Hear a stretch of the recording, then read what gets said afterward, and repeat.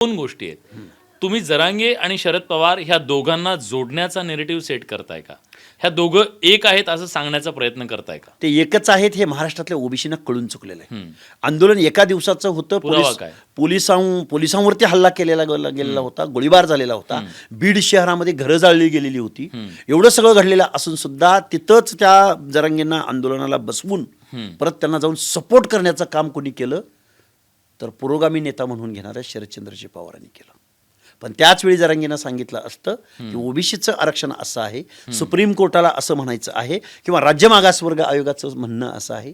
मला वाटतंय ओबीसीचं आरक्षण नक्की काय आहे हे शरदचंद्रजी पवारांना जेवढं माहिती आहे. माझं तेच म्हणणं ना की हे शरद पवार आहेत, ज्या शरद पवारांनी मंडल आयोग लागू केला महाराष्ट्रामध्ये. मंडल आयोग इम्प्लिमेंट करणारं राज्य पहिलं होतं. याचा अर्थ फक्त शरद पवारांनी केला किंवा महाराष्ट्राने केला असं नव्हे, तर देशभरातल्या प्रत्येक स्टेटनं केला की जो सुप्रीम कोर्टाच्या जजमेंटवरनं झाला. मंडल आयोग इम्प्लिमेंट होत असताना सहजासहजी सुखासुखी नाही झालेला.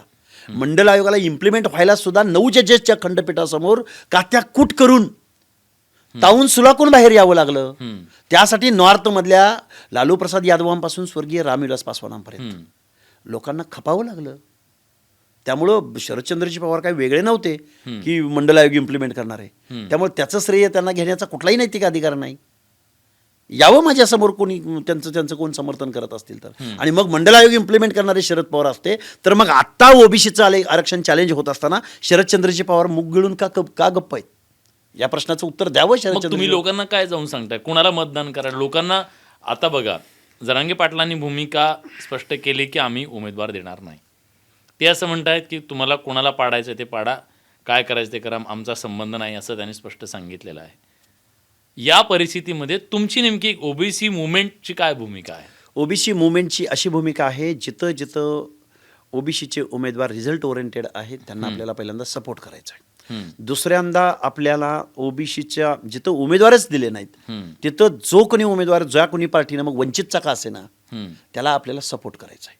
जास्तीत जास्त 5-25चे आपण 4-5 जरी लोकप्रतिनिधी वाढवू शकलो तर तो मला वाटतंय आत्ताच्या लेवलपुरता हा आमचा विजय असेल. कारण गेल्या 5 वर्षात जेवढे सत्तेत पक्ष बसले या सगळ्यांची मिळून 25पेक्षा जास्त आमदार ओबीसीचे निवडून येतील असं मला वाटत नाही. कारण जेवढं ओबीसीच्या मतांवर ओबीसी आमदार निवडून येऊ शकतात, निश्चित येऊ शकतात. जर 50%पेक्षा जास्त ओबीसींची आणि भटक्या विमुक्तांची संख्या असेल, ओबीसीने ओबीसीला पोल केला तर महाराष्ट्रामध्ये 200 विधानसभाचा रिझल्ट ओबीसी फिरवू शकतात. पण ओबीसी अनऑर्गनाइज्ड आहे, ओबीसी एकत्र येत नाही, ओबीसीचा पॉलिटिकल हुनर कमी आहे, चळवळीचं रूपांतर राजकारणामध्ये झालेलं नाही. याला या लोकशाहीमधले काही घटक कारणीभूत आहेत. लोकशाहीची जी काही लोकशाहीमधलं जे मतदानाची प्रक्रिया आहे ही प्रक्रिया याला जबाबदार आहे.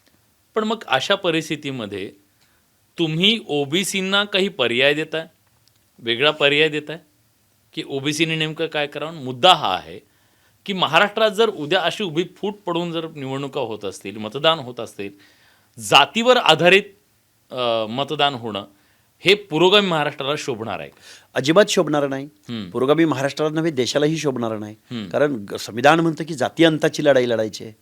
पण जरांगे नावाच्या माणसामुळे जात अस्मितेची लढाई केली गेली.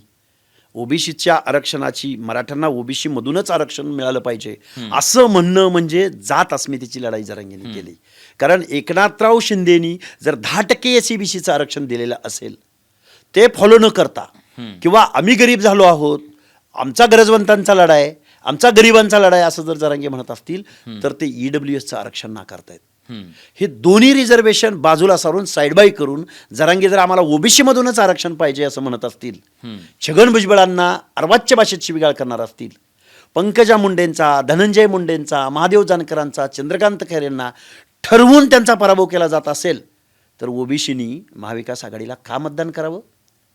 पृथ्वीराज बाबा चव्हाण मग सत्ताधारी भाजप महायुतीला का करावं? महायुतीचं जे काही धोरण आहे ते 10% मराठ्यांना आरक्षण देण्याचं असेल किंवा वेगळं दिलं त्यांनी, वेगळं दिलंय.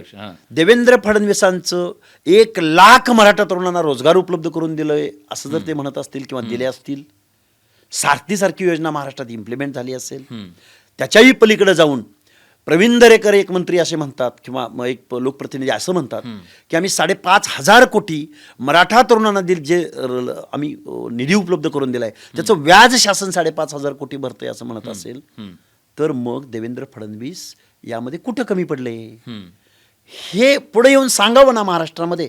का ते ब्राह्मण आहेत म्हणून त्यांना जर टार्गेट केलं जाणार असेल किंवा पंकजाताई मुंडे ओबीसी आहेत म्हणून त्यांना टार्गेट केलं जाणार असेल किंवा गोपीचंद पडळकर, महादेव जानकर, चंद्रकांत खैरे हे ओबीसी आहेत आणि ते निवडून नाही आले पाहिजेत असा जर नॅरेट सेट केला जात असेल तर ओबीसीनी यांना मतदान का करावं ही माझी वास्तव आणि रोखठोक भूमिका आहे. मग बीजेपी म्हणतं की आमचा डीएनए ओबीसी आहे, तर मग भाजपनं डीएनए साठी काय केलं असा प्रश्न उपस्थित होऊ शकतो ना? होऊ शकतो, पण भाजपनं जर डीएनए ओबीसींचा असेल, भाजपला जर हरियाणा पॅटर्नची पुनरावृत्ती करायची असेल तर भाजपनं तशी निवडणूक लढायची संधी ओबीसीना द्यायला हवी होती. दिले लोक प्रतिनिधित्व दिलं तितकं नाही दिलं असं माझा दावा आहे. का विदर्भ सोडला, घाबरले, मतदानाला घाबरले, कॉन्सन्ट्रेशनला मतदानाच्या म्हणजे जे पोलरायझेशन होतंय मराठा नावाखाली, जी दहशत आहे मराठा या नावाची, त्याला घाबरलं भाजप. साहस जर कोणी दाखवू शकणार नसेल, ओबीसीला सक्षम पर्याय जर या महाराष्ट्रात दिला जाणार नसेल तर मला वाटते परत ओबीसीचा वाईस कमी होईल. आणि जोपर्यंत समतोल नेतृत्व पुढे येणार नाही, ओबीसीचा वाईस कायद्याच्या सभागृहात जाणार नाही, ओबीसीचा माणूस अर्थमंत्री महाराष्ट्राचा कधी होणार नाही, महसूल मंत्री कधी होणार नाही, तर मला वाटते हा 50 ते 60% ओबीसीवर या फुले शाहू आंबेडकरांच्या महाराष्ट्रामध्ये घोर अन्याय, घोर अपमान या ओबीसींचा या महाराष्ट्रात होतोय असं मला वाटतं. मनोज जरांगे पाटलांनी खरं तर उमेदवार उभे करू असं सांगितलं, त्याची घोषणा होणार होती, पण काही वेळाच्या आधीच त्यांनी ती माघार घेतली. आता त्यांनी घेतलेली ही माघार, तुम्हाला वाटतं की त्यांची ती माघार आहे की त्यांनी टाकलेला तो एक राजकीय डाव आहे?